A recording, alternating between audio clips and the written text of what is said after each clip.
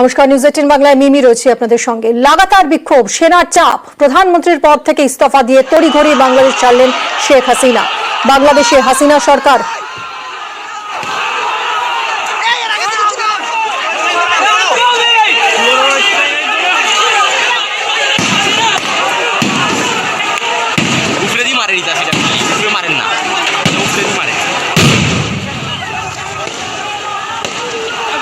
বাংলাদেশে হাসিনা সরকার ক্ষমতাচ্যুত হতেই তার বাড়ির দখল নেয় সাধারণ মানুষ।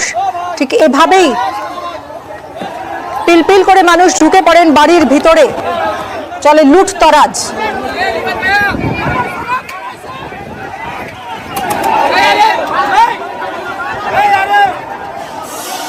গণভবনের ভিতরে যাচ্ছি, পুরো গণভবনের ভিতরে এখন আছি আমরা।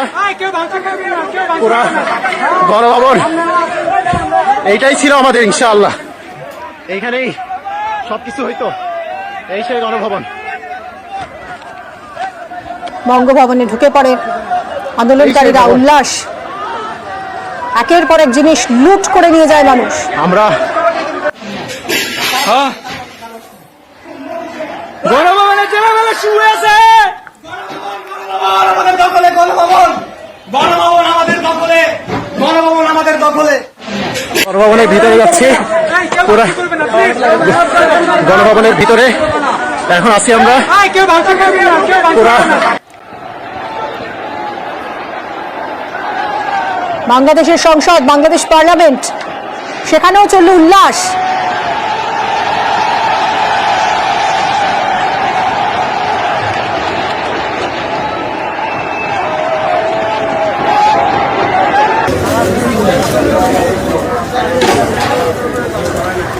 বাংলাদেশ জুড়ে অশান্তি। কিসের আওয়াজ হইতেছে ভিতরে? আওয়ামী লীগের অফিসে আগুন লাগিয়ে দেয় বিক্ষোভকারীরা। আওয়ামী লীগের রাজনৈতিক ভবিষ্যৎ অনিশ্চিত এই মুহূর্তে।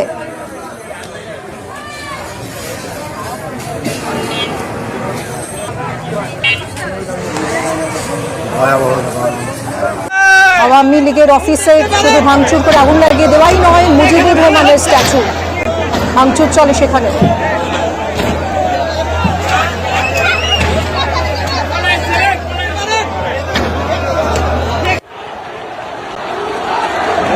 আর এই অবস্থায় দেশ ছাড়েন শেখ হাসিনা। জনসমুদ্রের রূপ নিচ্ছে রামপুরা ব্রিজ হইতে একদম নতুন বাজার পর্যন্ত। বাংলাদেশে হাসিনা সরকার ক্ষমতাচ্যুত হতেই এবার সেখানে সেনা শাসন, তৈরি হবে অন্তর্বর্তী সরকার। জনসমুদ্রের রূপ নিচ্ছে রামপুরা ব্রিজ হইতে। দেশে একটা ক্রান্তিকাল চলছে। সমস্ত রাজনৈতিক দলের নেতৃবৃন্দকে এখানে আমন্ত্রণ করেছিলাম। আমরা একটা সুন্দর আলোচনা করেছি। সেখানে আমরা সিদ্ধান্ত নিয়েছি যে একটা ইন্টারিম গভর্নমেন্ট আমরা ফর্ম করব এবং ইন্টারিম গভর্নমেন্টের মাধ্যমে এদেশের সমস্ত কার্যকলাপ চলবে। আমি আপনাদের কথা দিচ্ছি, সমস্ত হত্যা, সমস্ত অন্যায়ের বিচার আমরা করব। আপনারা সেনাবাহিনীর প্রতি আস্থা রাখেন, সশস্ত্র বাহিনীর প্রতি আস্থা রাখেন। আমি সমস্ত দায় দায়িত্ব নিচ্ছি। দয়া করে আর এই ভাঙচুর, হত্যা, মারামারি, সংঘর্ষ এগুলো থেকে বিরত হন। আমাদের দেশের অনেক ক্ষতি হচ্ছে, অর্থ সম্পদের ক্ষতি হচ্ছে, লোকজন মারা যাচ্ছে। তো এগুলো থেকে আপনারা বিরত হন। আমি সমস্ত দায়িত্ব নিচ্ছি। ভারতেই হাসিনা, আপাতত লন্ডন যাওয়ার সম্ভাবনা কম শেখ হাসিনার। দু একদিন তিনি দিল্লিতেই থাকবেন, আপাতত সেফ হাউসে থাকবেন হাসিনা। বাংলাদেশের নাটকীয় পট পরিবর্তন, কোটা বিরোধী আন্দোলন পতন ঘটালো 15 বছরের হাসিনা সরকারের। শেখ হাসিনা তিনি এই মুহূর্তে ভারতে রয়েছেন, আপাতত লন্ডন যাওয়ার সম্ভাবনা কম হাসিনার। দু একদিন তিনি দিল্লিতেই থাকবেন, আপাতত সেফ হাউসে থাকবেন।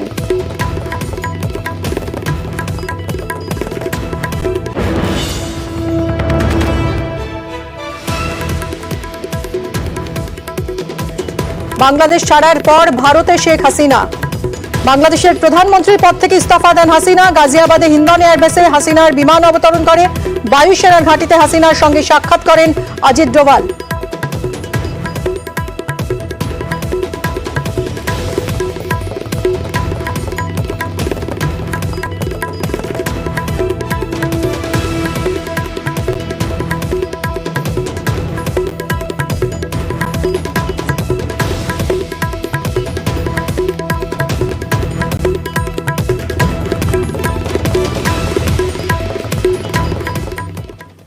বাংলাদেশের পরিস্থিতিতে নজর রয়েছে কেন্দ্রের। বাংলাদেশ ইস্যুতে সর্বদল বৈঠকের ডাক দেওয়া হয়েছে। আজ সর্বদল বৈঠকের ডাক দিয়েছে কেন্দ্র।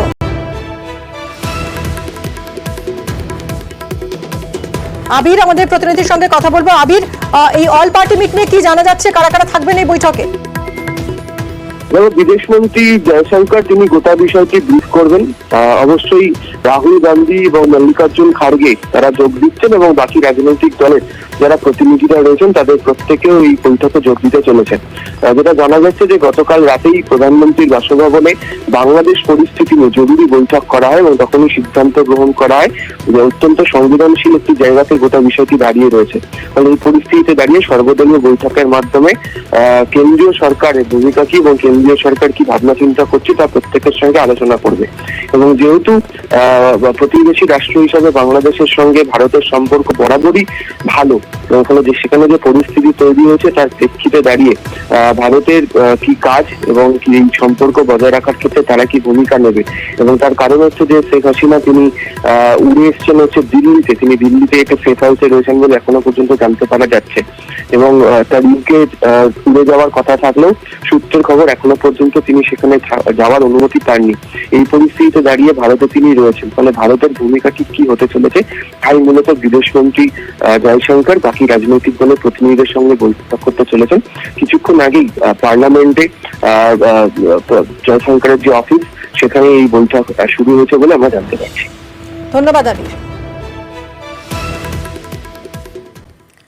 বাংলাদেশ পরিস্থিতি নিয়ে সতর্ক ভারত। ভারত বাংলাদেশ সীমান্তে কড়া নজরদারি চলছে, সীমান্তে বাড়তি জওয়ান মোতায়েন করা রয়েছে। আমরা এই সীমান্তগুলোর ঠিক কি ছবি জানবো। আমাদের সঙ্গে এই মুহূর্তে রয়েছেন ইরন, পেট্রাপল সীমান্তে রয়েছেন ইরন, পেট্রাপল সীমান্তে এখন ঠিক কি ছবি? আজ সকাল থেকে তো বাংলাদেশের কারফিউ উঠে গেছে, স্বাভাবিক ছন্দে ফেরার চেষ্টা চলছে, অফিস কলেজ স্কুল খোলার কথা। এই মুহূর্তে পেট্রাপল সীমান্তের ছবিটা।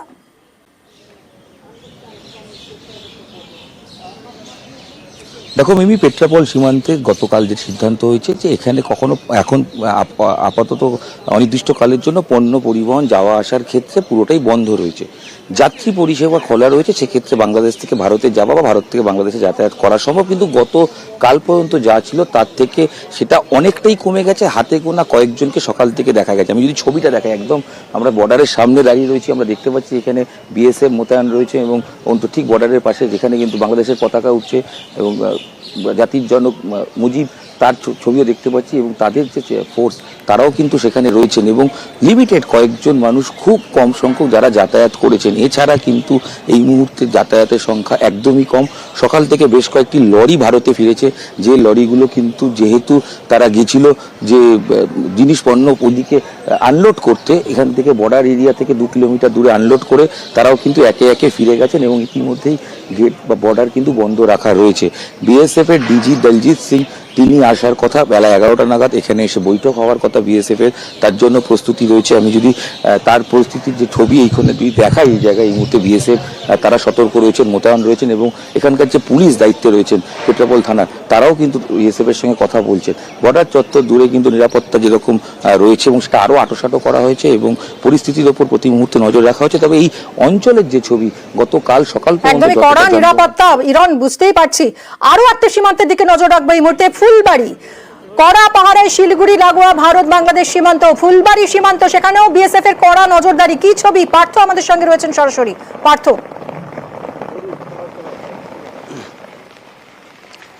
দেখো একেবারে তাই, যদিও সকাল থেকে কিন্তু কারফিউ উঠে গেছে বাংলাদেশে, অর্থাৎ আমরা যেখানে দাঁড়িয়ে আছি ফুলবাড়ি সীমান্ত, তার ঠিক ওপারেই কিন্তু বাংলাবান্ধা পঞ্চগড় জেলা বাংলাদেশে। সেখানেও সকাল থেকে যা খবর আমরা পাচ্ছি পরিস্থিতি স্বাভাবিক হয়েছে, যেহেতু সরকারি অফিস কাছারি সব ধীরে ধীরে খুলতে শুরু করেছে, বাজারঘাটও কিন্তু সকাল থেকে খুলছে।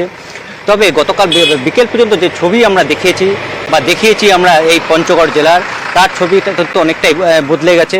যদিও তবুও কিন্তু যথেষ্ট সতর্ক বিএসএফ জওয়ানরা এবং অতিরিক্ত ফোর্স, এখানে কিন্তু অতিরিক্ত জওয়ান মোতায়েন করা হয়েছে এই ফুলবাড়ি সীমান্তে এবং স্বাভাবিকভাবে গোটা পরিস্থিতির দিকে নজর রাখছে দেশ এবং যাতে ওপার বাংলার কোনো যে অশান্ত পরিবেশের আজ যাতে কোনোভাবে এপার বাংলা ছড়িয়ে পড়তে না পারে তার জন্য কিন্তু সদা সতর্ক। এবং গতকালও যেইভাবে এবং গত কয়েকদিন ধরে যেভাবে বাংলাদেশের পরিস্থিতি উত্তপ্ত, সেদিন থেকেই কিন্তু সীমান্তে কড়া নজরদারি ছিল। এবং গতকাল শেখ হাসিনার পদত্যাগ এবং বাংলাদেশ ছেড়ে চলে আসার পর যে পরিস্থিতি তৈরি হয়েছিল, তারপর কিন্তু আরও বেশ কড়া নিরাপত্তা বেষ্টনীতে মুড়িয়ে ফেলা হয়েছে। এখনো পর্যন্ত কিন্তু এই সীমান্ত থেকে কিছুক্ষণ আগেই পাড়াপাড়ি প্রক্রিয়া শুরু হয়েছে এবং গেটও খুলে গেছে। বুঝতেই পারছি ফুলবাড়ি সীমান্তের ছবিটা পার্থ আপনাদের দেখালেন। এবার চলে যাব চ্যাংড়াবান্ধা, কোচবিহারের চ্যাংড়াবান্ধা সীমান্ত, সেখানেও কড়া নজরদারি চলছে। শুভঙ্কর রয়েছেন সেখান থেকে সরাসরি। শুভঙ্কর, হ্যাঁ মিমি, দেখো কোচবিহারের এই চ্যাংড়াবান্ধা সীমান্ত, অর্থাৎ যেখান দিয়ে ভারত বাংলাদেশ ও ভুটান বাংলাদেশের মধ্যে দিয়ে পণ্য পরিবহন চলে, গতকাল থেকে কিন্তু সেই পণ্য পরিবহন বন্ধ রয়েছে। তবে গত কয়েকদিনে যে ট্রাকগুলো বাংলাদেশে গিয়েছিল, সেই ট্রাক চালকরা আটকা পড়েছিল, তাদেরকে গতকাল রাতে জরুরি ভিত্তিতে ফিরিয়ে আনা হয়েছে। পাশাপাশি বাংলাদেশের যে সমস্ত ট্রাক পণ্য নিয়ে এদেশে এসেছিল, আনলোড করার পর এদিন সকালে 2টো ট্রাক বাংলাদেশে ফিরিয়ে দেওয়া হয়। পাশাপাশি ইমিগ্রেশন চেকপোস্ট কিন্তু একদমই আজকে বন্ধ রয়েছে, এখনো পর্যন্ত কেউ যাতায়াত করেনি, পণ্য পরিবহন বন্ধ রয়েছে। পাশাপাশি এই যে চ্যাংড়াবান্ধা ইমিগ্রেশন চেকপোস্ট এবং এই যেদিক দিয়ে পণ্য পরিবহন হয়, সেখানে বিএসএফ এর কড়া নজরদারি রয়েছে। পাশাপাশি এই এলাকায় যে সীমান্ত রয়েছে, সেখানেও বিএসএফ এর পক্ষ থেকে কড়া নজরদারি চালানো হচ্ছে। সীমান্তে আসা প্রতিটা গাড়ি তল্লাশি চালানো হচ্ছে। বিএসএফ এর কর্তারা এখানে হাজির হয়েছেন। সব মিলিয়ে বলা যায় যে এই যে চ্যাংড়াবান্ধা ইমিগ্রেশন চেকপোস্ট ও সীমান্ত, যেদিক দিয়ে পণ্য পরিবহন হয়, সেদিকে কিন্তু কড়া নজরদারি রয়েছে বিএসএফ এর। কারণ গতকাল যে কোচবিহারের ওপাশে যে চ্যাংড়াবান্ধা সীমান্তের ওপাশে যে বুড়িমারি বন্দর রয়েছে, সেখানে ব্যাপক গন্ডগোল হয়েছিল। সেই গন্ডগোলের আজ যাতে এদিকে না আসে, সেটা নজর রাখার জন্য বিএসএফ কিন্তু কড়া নজরদারি চালাচ্ছে। একদমই, অনেক ধন্যবাদ শুভঙ্কর। আপনাদের দেখাচ্ছিলাম যে ভারত বাংলাদেশ সীমান্ত, সেখানে তো কড়া নিরাপত্তা রয়েছেই। কলকাতাতেও মার্কুই স্ট্রিটেও কিন্তু কড়া পুলিশি নিরাপত্তা। জমায়েত ছড়িয়ে দিচ্ছে কলকাতা পুলিশ। সকাল থেকে শুনশান মার্কুই স্ট্রিটের ছবিটা জানবো রৌনক আমাদের প্রতিনিধির কাছ থেকে। রৌনক, দেখো, একেবারে অন্যরকম কিন্তু মার্কেট স্ট্রিটে এই ধরনের ছবি দেখা যায় না। ইতিমধ্যে পুলিশ মোতায়েন করা হয়েছে এবং কড়া নিরাপত্তায় বলায় ঘেরা হয়েছে এই মার্কেট স্ট্রিটে। যেখানে জমায়েত দেখা হচ্ছে, পুলিশের তরফ থেকে কিন্তু জমায়েত সরিয়ে দেওয়া হচ্ছে, এমনকি যাতে কোনো রকম অপ্রীতিকর পরিস্থিতি তৈরি না হয় সেই দিকেও কিন্তু নজরদারি করছে কলকাতা পুলিশ। একই এখানে যারা বাংলাদেশ থেকে আসা নাগরিকরা রয়েছে, তারা কিন্তু বাস চলাচল স্বাভাবিক না থাকার কারণে তারা ফিরতে পারছে না, সেই নিয়েও তারা উদ্বিগ্ন রয়েছেন।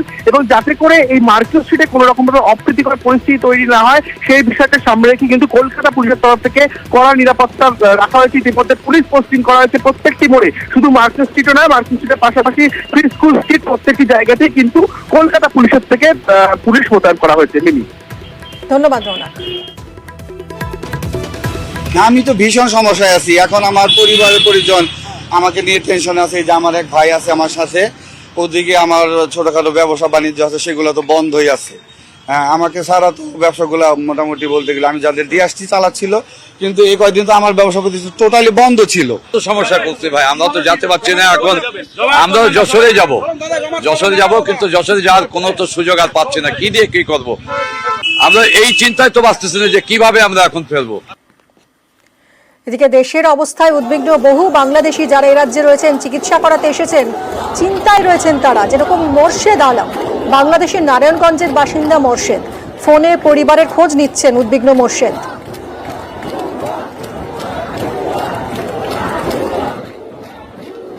বাংলাদেশের নারায়ণগঞ্জ থেকে এসছেন মোহাম্মদ মুর্শেদ আলম, আমরা তার সঙ্গে কথা বলবো। একটু বাংলাদেশের পরিস্থিতি, আপনার যে এলাকায় পরিস্থিতি কেমন? এই তো এখন মোটামুটি হামলা লুট হচ্ছে, মানুষের বাড়িঘর ভাঙছে, এমন শুনতে পাচ্ছি আর কি ফেসবুকের মাধ্যমে। এমনি বাড়ির লোকের সঙ্গে কথা হয়েছে? হ্যাঁ, আমাদের বাড়ির লোক খুব ভালো আছে, আলহামদুলিল্লাহ। এখানে এসেছিলেন কেন, কোথায় ছিল? ডক্টর দেখাইতে আমরা আসছি গত শুক্রবার আসছি। মানে এখন তো থাকতে হবে? না, আমরা চলে যেতে পারবো, আমরা চিকিৎসা শেষ হলে চলে যাবো। ভিসা কতদিনের আছে? ভিসা আমরা 6 মাসে লেগেছিলাম, 18 তারিখ শেষ হয়ে যাবে। আপনি তো চিকিৎসা করাতে এসছেন, তার মধ্যে একটা টেনশন বাড়ির লোকের জন্য। হ্যাঁ, সবার জন্য টেনশন আছে। জি, কতটা টেনশন হচ্ছে? আছে, অনেক টেনশনই আছে। তবে খোঁজ খবর নিয়েছেন কেমন আছে? হ্যাঁ, আলহামদুলিল্লাহ আমাদের বাড়ির সবাই ভালোই আছে, বাড়ির বাসায় সব জায়গায় ভালোই আছে। অর্থাৎ নারায়ণগঞ্জ থেকে যারা এসছেন চিকিৎসা করাতে, এরকম বাংলাদেশের অনেকেই এসছেন, তবে বাড়ির লোকজন এখন পর্যন্ত তারা ভালো আছেন এবং পরিস্থিতি স্বাভাবিক হয়ে যাবে এমনটাই আশা করছেন, এবং তারা যথা সময়ে ভিসা থাকাকালীনই বাড়ি ফিরে যেতে পারবেন এমনটাই আশা করছেন বাংলাদেশের বাসিন্দারা। ক্যামেরায় গোপালের সঙ্গে বিশ্বজিৎ, নিউজ 18 বাংলা।